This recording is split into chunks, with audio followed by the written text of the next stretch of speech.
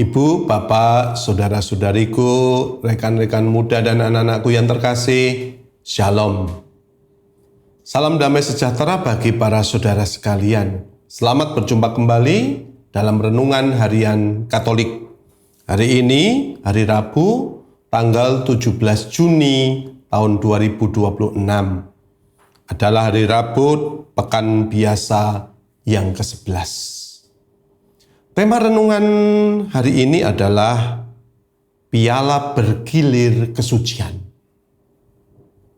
Kalau kemarin kita mendengar kisah Pak Bambang tetap berbuat baik kepada Pak Toro tetangganya, meskipun Pak Toro selalu cari gara-gara. Hari ini Pak Bambang dikenal sebagai umat yang terlibat aktif di lingkungan wilayah sampai kepanitiaan paroki. Dalam tanda kutip, semua kegiatan dia ikuti. Suatu hari setelah misa harian Rabu pagi, Pak Bambang menghampiri Romo di Sangkristi dengan wajah yang dibuat selesu mungkin.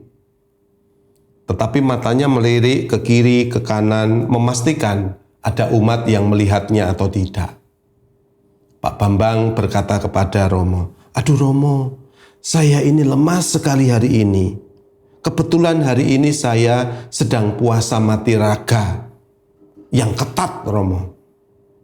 Dari kemarin malam saya hanya minum air putih demi mendoakan renovasi gedung gereja kita." Romo hanya sambil tersenyum berkata, "Wah, luar biasa pengorbananmu Pak Bambang. Tuhan pasti melihat ketulusan hatimu." Pak Bambang mulai membusungkan dadanya. "Betul Romo, memang berat rasanya menjadi tiang doa di paroki kita." Pak Saudara, tiba-tiba dari belakang mereka muncul Bu Tejo, seorang sesepuh yang biasa rajin membersihkan altar dan tidak pernah mau dicatat namanya. Ibu Tejo membawa nampan berisi kopi hangat dan pisang goreng untuk Romo. Ibu Tejo meletakkan nampan itu di sebuah meja kecil, lalu berkata singkat, "Permisi Romo, ini kopinya. Silakan Pak Bambang, barangkali butuh takjil gratis untuk buka puasa." Setelah itu Ibu Tejo langsung ngelonyor pergi. Begitu saja untuk melanjutkan tugas-tugasnya. Pak Bambang langsung tersedak ludah sendiri. Mukanya memerah.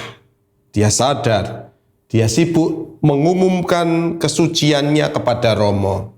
Sedangkan Bu Tejo sibuk melayani dalam sunyi tanpa tepuk tangan.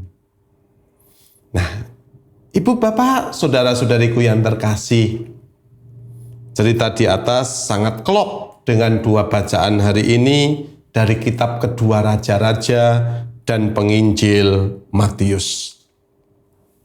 Berikut kurang lebih ada 3 refleksi yang bisa kita renungkan bersama. Yang pertama, jangan caper dalam beriman.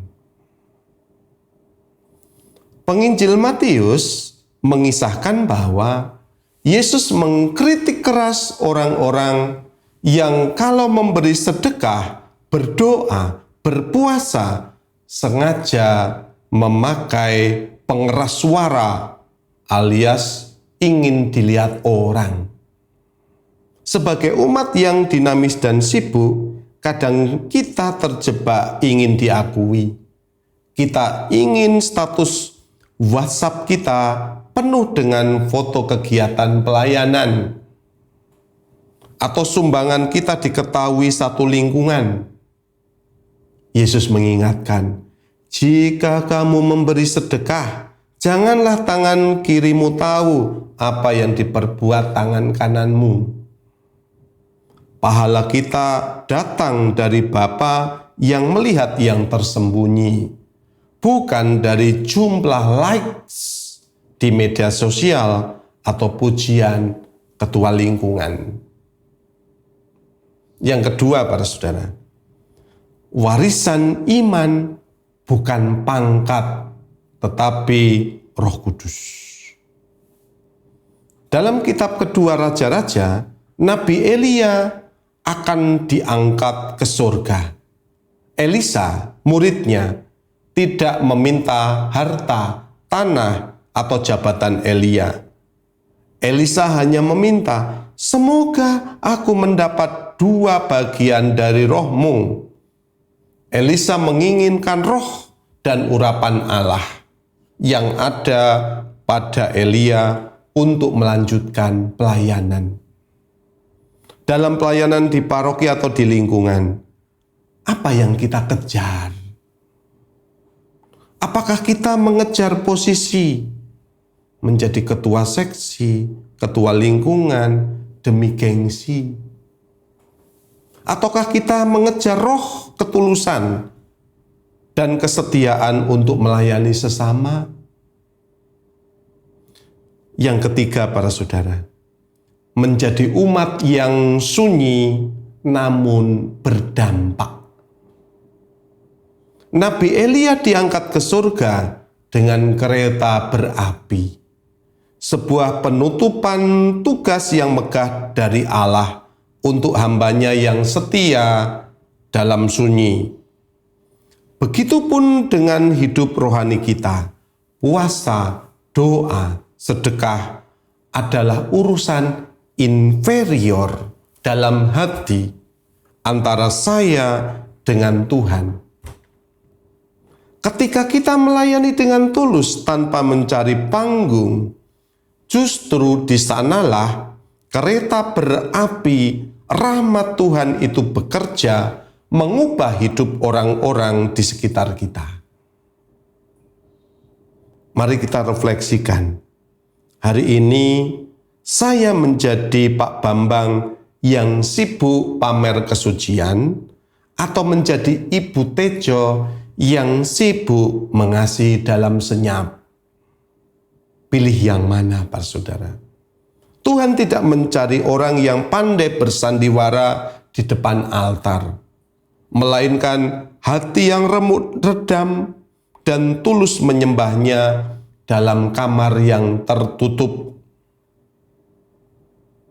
Semoga, para saudara, kita menjadi umat yang sunyi, bukan sunyi senyap, tetapi tidak memiliki dampak apa-apa, tetapi menjadi umat yang sunyi, tetapi memberi dampak hidup bagi banyak orang. Jika kita melayani, layanilah dengan setulus hatimu, bukan mencari sesuatu. Tuhan memberkati kita. Kemuliaan kepada Bapa dan Putera dan Roh Kudus. Seperti pada permulaan, sekarang, selalu, dan sepanjang segala abad. Amin.